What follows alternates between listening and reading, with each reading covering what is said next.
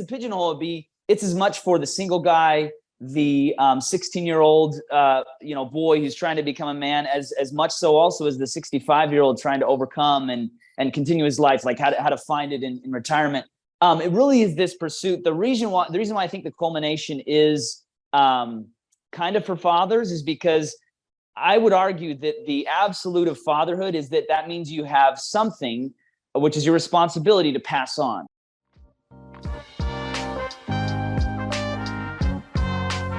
Welcome to the Audacious Living Podcast, hosted by my man, Audley Stevenson, the Odd Man.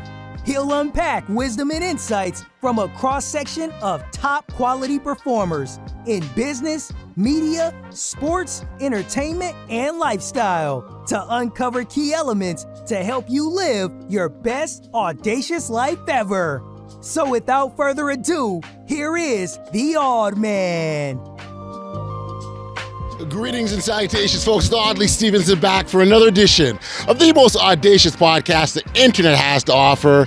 Thank you for tuning in to the Audacious Living Podcast. I really appreciate you for being here, helping us continue our ongoing goal of helping our listeners live their best audacious lives ever. As always, I encourage you to follow us on our social media channels. We're on Twitter, Instagram, and Facebook under the handle The Audacious Pod. Or if you're watching on our YouTube channel, all you got to do is tap that bell down below, ding, ding, ding, and that way you are connected to all great things Audacious related.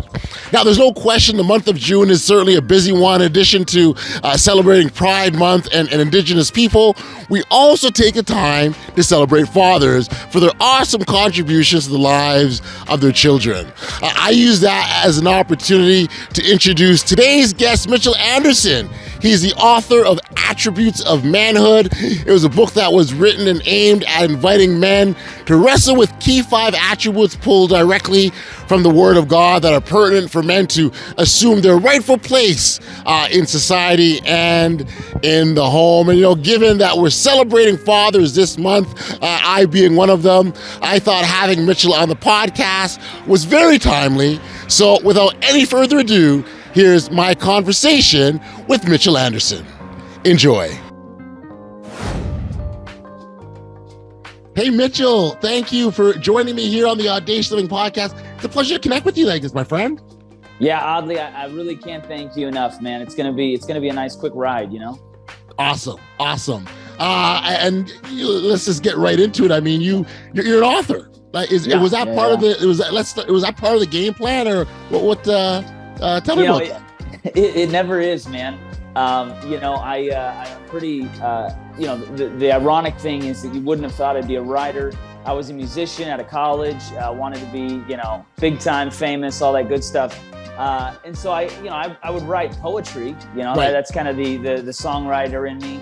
But to fill 20,000 words, mine's more of a novella. I just wouldn't have thought, that was me. My sister, she's more of the bookworm. She'll read Leo Tolstoy's War and Peace. But you're not going to find me doing that. And then at 28, it's funny, when life got real, like I got married and then I started having kids, I was like, wow, I have to get mentors. Well, as you and intellectual people are aware, your best access to mentorship is through reading authors. So I became an avid reader, started at 10 minutes a day, and pretty soon I was able to focus and sit for an hour and read, a couple chapters. And so then, 5, 6, 7 years later, I was like, wow, I got a lot of content in this brain. The great proverb is Solomon said, knowledge puffeth up, right? Well, it can be used good, right? If I need to let out some hot air, my brain was puffed up. God obviously humbled me, and we were able to get a book out of it, and now I've become an author, expanded to a lot of different areas, and I learn a lot about you learn a lot about yourself when you write a book. So yeah, it's pretty ironic as we fast forward, to where we are now. So. Yeah. No, the writing process is a journey for sure. There's no question about that. And, sometimes where you start oftentimes isn't where you end up. Right. And so I'd imagine that you experience that. But let's get right into your book specifically, Attributes of a Man, of Manhood, rather. Yeah. I would imagine that, where you started isn't very far off from where you thought you'd end up. Is that fair to say? That's pretty accurate. Pretty accurate. It's funny because it all came out of, and you'll hear this in the book, and I state this with no pride because obviously what is spoken of in the book in this little paragraph or story is I memorized the book of Proverbs, right? And I set out on that, and obviously to keep it, you got to quote about 5 to 6 chapters a day, right? So you're always kind of meditating on the Word of God, but it was focused to Proverbs. And I was in the pursuit of wisdom. Many of us are. And it started at about, I think 11. Maybe it was 13. 11 or 13, I made kind of this pact with God. Hey, I'm gonna memorize the book of Proverbs, and then I'm gonna see your face. That was kind of the deal, right? I still haven't seen his face, at least not, not visually. But what was so ironic or wild was it took me till I was 31. So I memorized the book of Proverbs at 31. And then, obviously some downtime in between there. But what was so fascinating to me was then 31, fast forward from the age 31 to about 35, 36, it developed in me this idol of, hey, this is righteousness for me, right? I didn't know that, but the enemy, he came in and he twisted it in my pursuit of wisdom. All of a sudden I was like, dude, I can't give this up. Like, this is my thing. And it was so ironic was I would be, God, I feel would want to speak to me, daily as he does. And I'd be like, wait, God, I gotta memorize Proverbs. And it'd be like, wait, what is this? Right? It's so odd. And all of a sudden it became an idol. And then I was talking to my mother. She's really good at probing the dirt out of me. And so we were talking, and she kind of, challenged me like, hey, Mitch, you might need to give this up. And so the moment when I couldn't give it up, I was like, dude, wow, this is an idol. And then I felt at that moment the filth of the Pharisees, right? I felt like, oh, this is man's self-righteousness. So then I had to give it up. And literally, I didn't have this plan, but a month later, I all of a sudden was like inspired to write a book, right? So I died to myself. I gave up this idol. And obviously, God used it, right? There's still wisdom, and it's wise to memorize his word. So that's not the question. But it's funny how the enemy can attack us, even make something, that's supposed to be good. He can twist it. So it was an interesting journey for sure. It's funny, the thing that goes on to the side of our heads and the clouds our thoughts and sometimes misguides us from this path that we're on, right? And we can be so sure of ourselves too in the moment, right? That this is absolutely correct. And I heard someone say once, and it's always stayed with me, is that that they're every single one of us has something that we believe wholeheartedly in that we're absolutely wrong about, but we believe it. And that's so good, man. It's like we all have something that we believe in, whether it's the Easter Bunny, Santa Claus, the world is flat, whatever. But there's something that we believe in with all our heart, mind, body, and soul, and we're completely wrong about it. And really, that just puts things in perspective in terms of, because sometimes our ego makes us feel bigger and tells us more than what it truly is. And so that's so true, man. It's never left me. It's never left me, actually. No, that's a powerful, definitely a powerful quote. Can I ask, do you have just because I'm fascinated by it for yourself, is there a moment in time where you were like, well, this is the thing I was right about or thought I was, and then I was, the epiphany happened. I'm not so right about that. So I for a very, very, very long time believed in the notion that we were self-made. That everything that we did, like I got here on my own because my own hard work, my blood, sweat, and tears. I'm the one that made it happen. If it wasn't for me, it wouldn't have gone down the way it did.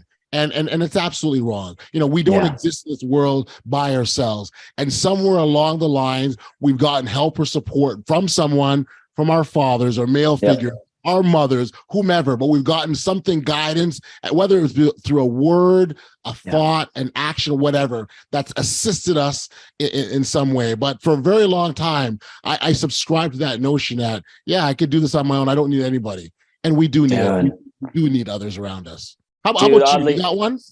Well, I mean, that was definitely the I guess the biggest epiphany, because I never would have thought that the Bible could have become an unhealthy idol. If not, I guess tempered by the Holy Spirit, and so that definitely was a moment there. I know another one was what I thought marriage was going to be, pre-marriage, And my wife, she's incredible. The only issues that I didn't realize was how messed up I was, right? So I mean, I say this probably too much, but I thought I was going to be king of my castle, Okay. before I was married. And I wouldn't have wanted to say it, but essentially in my version of what a wife is supposed to be, she kind of is my like slave, servant, concubine. And it's like, wow, what is this? The moment you're embraced with it, you're like, well, this is ugly. This is obviously disgusting. And so it didn't take long for the epiphany to be like, oh, she's a human too. And I didn't realize that I had wanted, like, sometimes I had, wrestlings with porn pre-marriage, and lust and all that. And so sometimes that obviously can create an unknown worldview of what you think something is supposed to look like. And so for me, that was marriage. I could go down the list of things that I thought were correct and right, but that's definitely one that I'm so grateful that as God does do in our lives, he uses these obstacles and barriers to make us into, more like him, more Christ-like, more like his image. Speaking to the choir, but yeah. I get you. So a husband, father. So much of much of what you've written comes from your own experience as a husband and father. I wanted to sort of talk about some of the things that have been profound lessons for you. Yeah, no, definitely. I find it interesting when it comes to, I don't want to, I guess, pigeonhole. The book is written for men, for sure. Mm-hmm. Women can read it if they want to, but just, make sure you understand the audience is for that. Okay. Now, women benefit because, if a man is better, obviously their lives are going to be better too. But I guess the pigeonhole would be, it's as much for the single guy, the 16-year-old boy who's trying to become a man, as much so also as the 65-year-old trying to overcome and continue his life, like how to find it in retirement. It really is this pursuit. The reason why I think the culmination is kind of for fathers is because I would argue that the absolute of fatherhood is that means you have something, which is your responsibility to pass on, right? When I was single, I didn't know it, but I just didn't necessarily have as much to pass on because that person is still free. And so this ironic thing in fatherhood, I used to want to change the world. And I realized I have no control over anybody else. But with my kids, I genuinely have this moment in time, right. And I get to see daily their growth. Now, sometimes it's more than other days. But then I realized, oh, wow, if I don't, like the beginning stages of fatherhood, my oldest is 5. We have 3 of them, and then a 4th is on the way. So, it's wow. I haven't gotten into the teen years yet, right? But I realized 2 things. First was I realized that I better get something in me that's good enough to pass on. And if I don't have it, part of this was, scouring the earth to find wisdom and knowledge. Because I better have answers when my kids come to me with stuff that, well, I don't know why, why I should live this way, or why should I not smoke a cigarette? Why should I not do pot? Or why should I save, sex for marriage? All these complex right. questions. And then also I understood at the same time why men generally, statistically, we run away, from fatherhood, because we're embraced with this thing that we genuinely love so deeply, but we realize we're imperfect. And so how do I pass anything on to this kid? It's almost like we see the destruction of ourselves in our kid because we can feel like it's all on us. So I realized, man, I need to have a whole lot more inside to be able to, pass on to my boys and my kids. So in that aim, it doesn't have to be for the father or that you have to be married as far as the book or the aim of this, mm-hmm. but it is, I think, realigning what is most valuable and precious in our society. And so you could say that the attributes that I speak of, which are 5 at this point, working on the 2nd book, we'll see if God wants, because it's all has to be inspired by him. So sure. If he poured in the 1st, if he wants to pour in the 2nd, I'm all for it. God, bring more. But I don't want to waste anybody's time, Oh, I get you. And so that's kind of the focus of kind of the aim of where it's at. I don't want a 16-year-old man or 19-year-old man, whatever, to be bored by the book. You don't have to be a father, but it does align your value system of like, hey, no, it actually is wise to get married and stay committed for 60 years. And it's wise to pursue fatherhood because then it means I have something to pass on. That might be a nutshell kind of the audience and kind of who would pull something from it. why did you feel it was necessary to write this book? Like, what is it? Why? Tell us. Yeah, definitely great. I'm glad you asked that, Audley, because I think that we know as writers, you have to have a problem that keeps you up at night, and you have to daily. It's like, I just can't shake this thing. And so it did that for years. And I didn't like, for the last 15 years, what I saw in men, my peers and the choices that we would make. And it's like, what's wrong with culture? And I would see it, on media, and I would see it in the kind of the silver screen or the theater that we go to, and what we were consuming. And it'd be like, no, I don't like this version of a man, this role model. I don't like this version of a man. What's missing here? And in many ways, I think fathers, we haven't stepped up, and I don't say that to shame them. Like I've already stated, I realized why we run, and I realized why it's so heavy. And so the catalyst for me, and you would know this as I would, in the 90s, the wrestling with manhood looked different than in the 21st century where we live currently, right? But it was always gender identity. It was always gender identity. Let me say that. It was always identity, right? Whether you can just kind of restructure. For me, my identity, I wanted to look like Brad Pitt when I was in high school, right? Like that was my aim per se. And that I had to wrestle with. Okay, God, and my folks played a big part in that. It's like, okay, just because you don't look like Brad Pitt might not mean that you're not the man that you're supposed to be, Right. And so then it's funny, 21st century, we're now, 2023, and a masculine aim, sometimes one could say, dare I get political, is that the masculine form could be like looking like Caitlyn Jenner. And I'm like, wait, we've just twisted the identity. Things have changed. They have changed, but obviously we know that it's just a symptom, right? So I go back to the core and I'm like, man, God, what is happening is we've lost that our whole aim is to be image bearers of Christ, to bear his image to the world, to all that. And so then it obviously fixes our identity issues. Now we may have added gender to the piece. So the book is not about gender per se. There's like probably 2 sentences, right, where I just kind of give this kind of layout. But that was the catalyst to say, all right, we've come this far, and I have 3 boys coming into this world. I do not want this to be an option for them, right? I don't want them it's an unnecessary wrestling, I feel, because life is hard enough without adding this other piece of confusion. Yeah. And so that was the catalyst, where it was like, well, this ain't going away.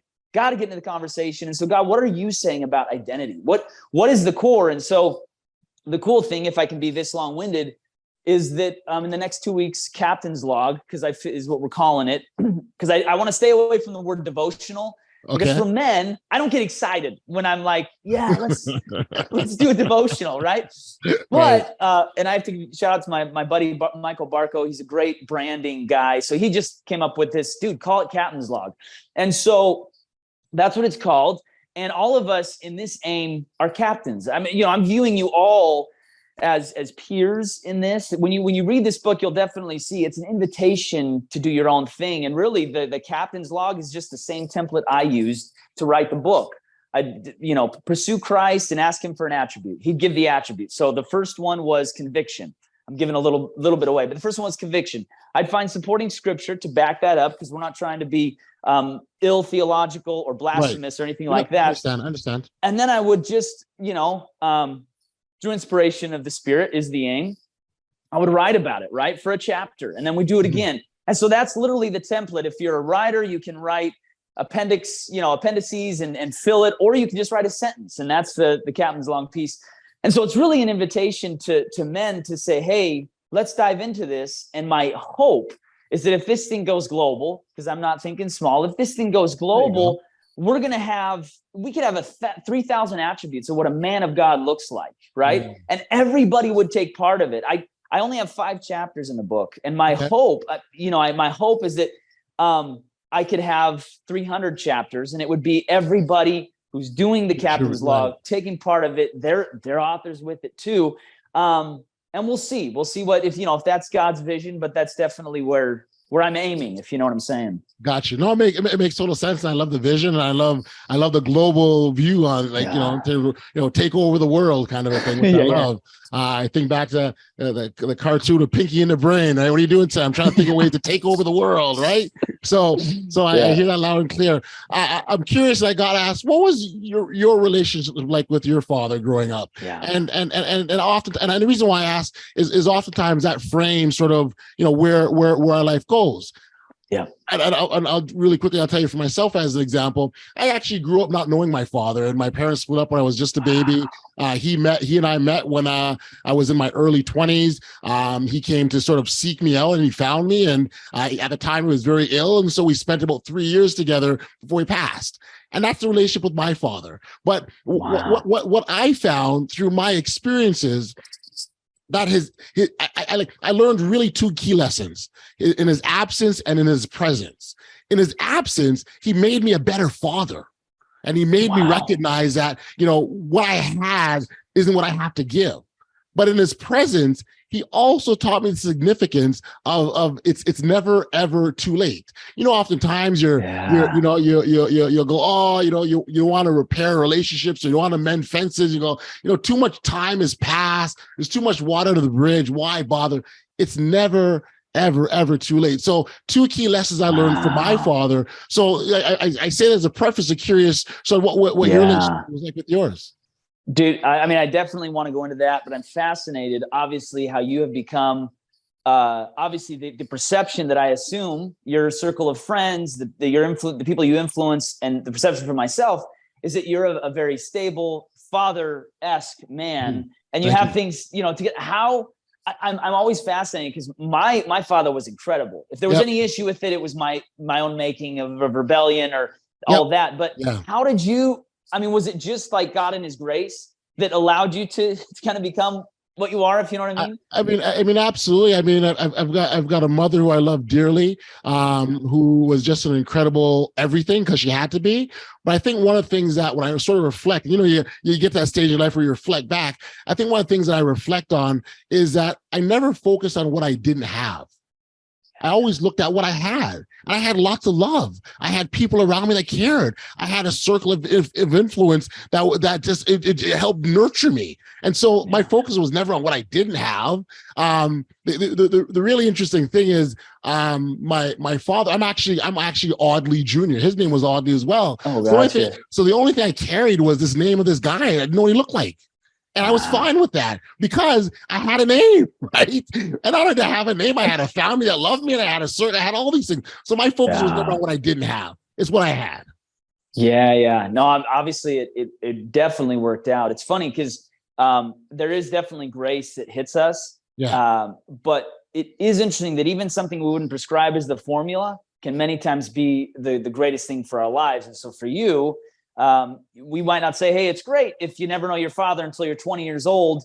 However, it was still the best thing for you. It sounds like, or you shifted it into that, right? Because I look at it from my perspective and I'm like, God, I only have the obligation to be incredible because my parents were so incredible. Like that's how I kind of view it. Right. So when I look and see any other formula, I'm like, that doesn't seem right. But yet I find that they're more acclimated to this cold, harsh world that we live in than myself, because there's a bit of a comfortability that sets in with great parents, right? And so I'm trying to walk that as I raise my own kids. Yes. But so with my dad, he was a pastor in ministry for 12 years, full time. And so I kind of saw from a young age, like, hey, our goal is to empower people, inspire them to have a personal relationship with Jesus Christ. So that was always my perspective, my worldview. And I see it now where I'm like, man, I kind of own this obligation. I want to help people. I want to make a difference, right? And so there's this interesting thing that my parents did, and I think it was unknowingly, but I realized it, I want to say maybe 2 years ago, where gratitude might be one of the greatest virtues ever. I know that Marcus Cicero, born in 106 BC, so obviously a long time ago, said, gratitude is not only the greatest of all virtues, but it is the parent of all the others, right? So he obviously discovered something, yeah? And so very interesting, when I was it would have been my wedding day, my dad, he came over to me and he said, Mitch, I want to tell you, the one thing I can give you, I've given, whatever, I've raised you and all this, but if you want a successful marriage, gratitude is the one thing I would say you must have, right? And I didn't even know, I was too obviously in the clouds. It was my wedding day. I was so focused on Audra.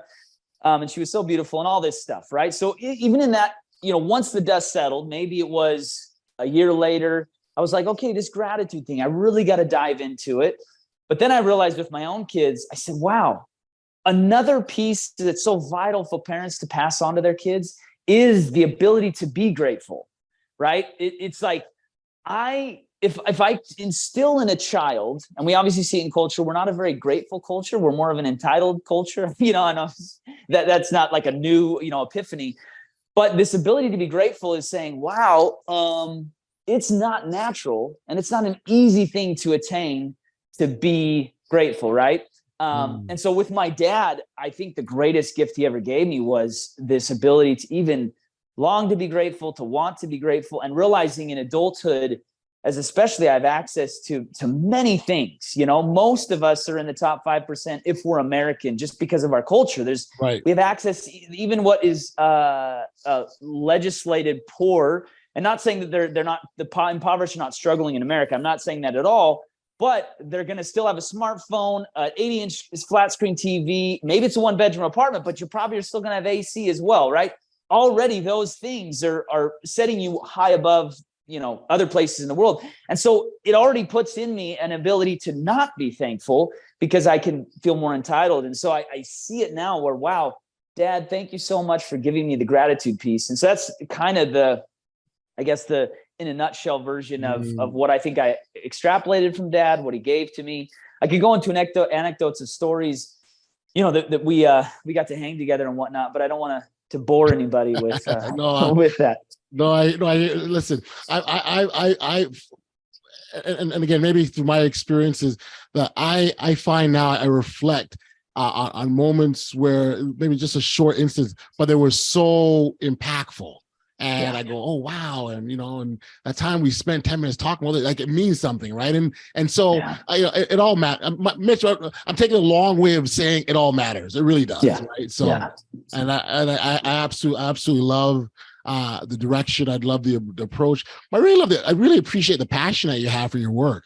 It really says that you're dialed into this in a major way and really wanting to make a difference. Have you been getting any feedback or any thoughts from individuals yet, or what's that been like? Have you guys? Yeah. I think that it's there's a lot. Trying to start anything, there's going to be a lot of I guess friction. So there's definitely a fair bit of breaking through whatever the wall is, but nonetheless hearing the needs. So a lot of people that will read the book, the men will come back and they will, write their own, find that before this became Captain's Log and also developed into, dare I say, a devotional. Yes. I just say the word. Anyways. The D word. The D word. Yeah, totally. But so they come back and I got to be honest, Audley, I am welling up with tears inside. There might have been one time a dude came back and he wrote courage was his attribute. He had the verse and then he dove into it. And I was like inside, I was like weeping because I was moved as if it was a different author. Right. And it is. Right. And so then it can somehow I want to see how I want to be a part of something, but I want to remove myself. Right. So however that works, and God, you take over. And so then that's kind of where for me is really the moving piece, which maybe was why I was then inspired to, hey, there's got to be a follow-up to this, because I want to create authors of attributes of manhood. That's not me, right? I want us to be a part of this because you might be on the same page with me with this and Oddly, but one thing that is so hard for me to do is to sit for an hour and a half and hear a great message from an anointed pastor, right? But I like 10 different times throughout that message, I want to say something. I want to rise up and I want to act, right? I want to do something or even be a part of sharing in that. But I think Christianity is ready for a new birth for men, because we're not called to just sit in the pews as men. That's not where we come alive, I don't think. We want to be called to action, and also realize the pastor is not the only wise man in the church, right? And so I then have these conversations with men, and this is really where I was inspired. Like, hey guys, you and I both know just yesterday, I was having this issue, like I needed more courage. Yes. But I heard your story or your testimony, and I was then more encouraged, right, by you. So there's this, I really want to awaken in men and saying, hey, no. You have wisdom, whether in any of your sphere of influence, whether it's your career, your family, your raising of your kids, if you're single, it's with your friends, with your crew, you know what I'm saying? And so that's really this piece for me that I hope to ignite, that's saying, hey guys, we can all do this, and don't ever think that you're called to just sit in a pew, you know? No. So the image I have as you're talking is like what you're attempting to do, and which I can very well see happen, is sort of be that spark that lights the match that changes the world. Like, that's that kind of a thing. And that's so impactful. And I love it. It's the focus, the direction, and sort of the vision, behind all that you've done up until this point has just been remarkable. So it's congratulations. Dude, that's huge, Audley. No, it's congratulations, man. Honestly, I mean that as a man, as a father, as someone who tries to be as reflective and productive as I possibly can. Like I'm hearing you just describe it. I feel the energy. So I'm really excited for you. That's huge, man. Well, I mean, oddly, that it means a lot, obviously, coming from you through this conversation. Obviously, I've definitely developed respect, for you. And what's so sad, I do these interviews, post them onto social media, whatever. And, I'll take 50-year-olds, I'll take, 17-year-olds, that kind of thing, and kind of just get the perspective on manhood and where it's at. Yep. And what I find interesting, and it may be more of a generational thing, certain ones you can almost assume different responses. Right. So yesterday with the most recent one, I had 3 guys that I was interviewing just on campus at Willamette University. And if you could hear their perspective, their worldview, the way they kind of view gender and their role as men, that was kind of the form. Really, the question I ask, I just say, is manhood under attack? And then the conversation goes wherever it goes from there. But if you can hear their I guess refutation or their discussion of what their role is as men, it's very abstract, very philosophical, and very elusive. Yep. And as I talk to them, I just see, you guys just needed fathers that encouraged you, that said, no, you know what? This is what you're supposed to look like, right? We're just role models. They mimic us really well. And so I see as men have just stepped out of that role, and now we're experiencing this. And what was so cool is they're willing to meet again. They're going to get like 20 guys together.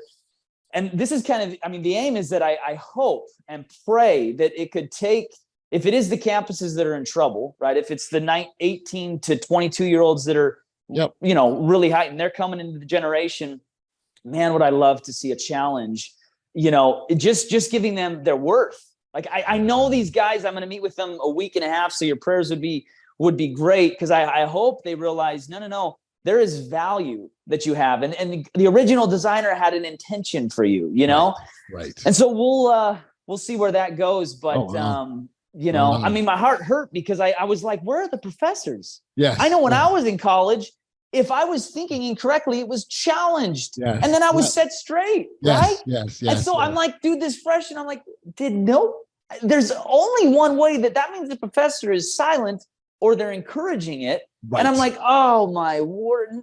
So we'll see what happens, but that's definitely going on as well on the side. Wishing you all the best. Well, wishing you all the best in that regard. And no, absolutely. I think it's, again, if we're to look at sort of what underscores all that you're doing, it's really about impact and how we can have the greatest impact. And I'm going to bring it back to this podcast because really, here, we encourage and we talk oftentimes about the importance of being your true audacious self and stepping out. But when you do that, the kind of impact you can have on other people, right? So you develop the boldness, you develop the courage, you embrace those things, and that's how you go and make a difference. And so everything that you're talking about is in line with what we do here, and that's why I love it. That's why I've loved this conversation. So Mitch, this has been really awesome. I thank you for doing that. Dude, oddly, I really love how you encapsulate all. It is audacious, and I think we're called to be audacious men, and women, and we're called to that aim. And it's pretty awesome that is something you're pushing, on your podcast. And I imagine you've gotten to talk to some pretty audacious people. So like yourself, right? I'm blessed over and over and over again. I learn often and always. And as much as when I started this podcast, I was like, hey, how can I help others? I feel like I'm the one to getting all the benefits, man. So again, I mean, talking to you today, I'm walking away, go, wow, Mitch really blew my mind with that. It's a great project, and his vision is awesome. So thank you. Before we get caught up, and I know we're here stroking each other's egos and making each other feel great, which is nothing wrong with that. I'm not telling you to stop, by the way. But but for our listeners, if they want to learn more about you, where they can get a copy of your book, where can we send them? Yeah, definitely. So it's on Amazon. Attributes of Manhood is what it is called. It'll show up there at the top. And then Captain's Log should be coming out. You'll find it on Amazon within the next couple weeks is kind of the projected date. Nice. I'm on Facebook at mitch.andersen.7, and then on Attributes of Manhood for TikTok, and then Return of the Mitch for Instagram, if you really wanted to list all of that jargon. So that is where you can find me. Audley, I thank you so much for having me on, and blessings to your listeners and your podcast for sure. Thank you very much. Thank you for being here. Thank you for enlightening and enhancing and helping to grow this thing of the spirit of audaciousness. So thanks, Mitch. All the best, and keep up the fantastic work, my friend. Dude, blessings, man.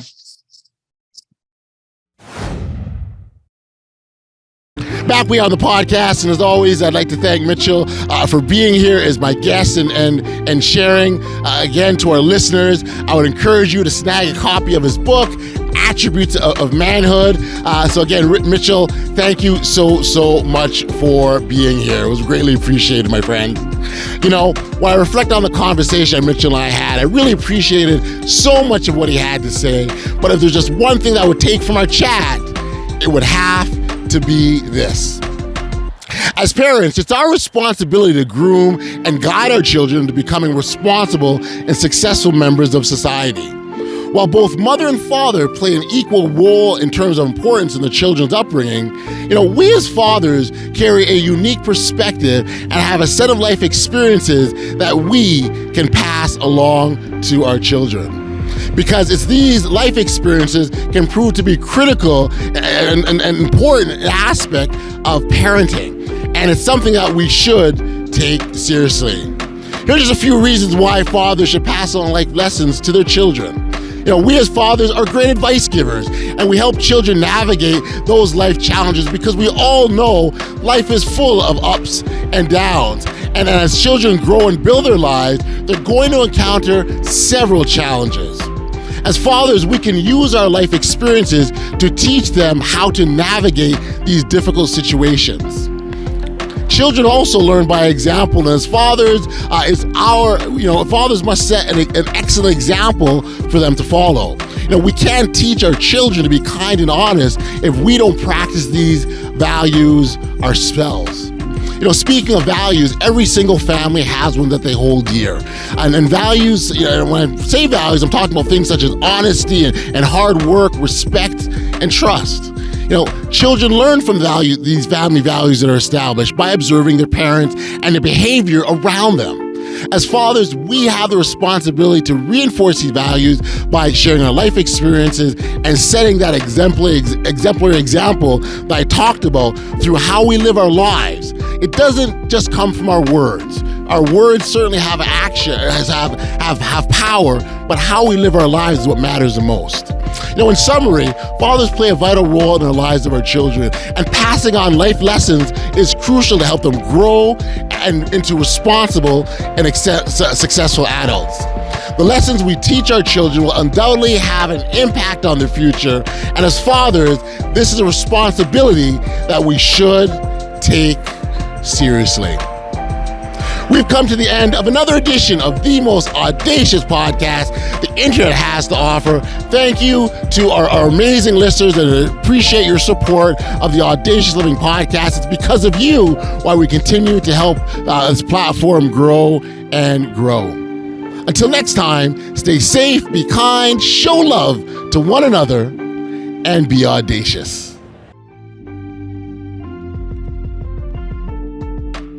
You've been listening to the Audacious Living Podcast, hosted by Audacious Stevenson. If you enjoyed what you heard, be sure to like, subscribe, and share. Until next time, be audacious.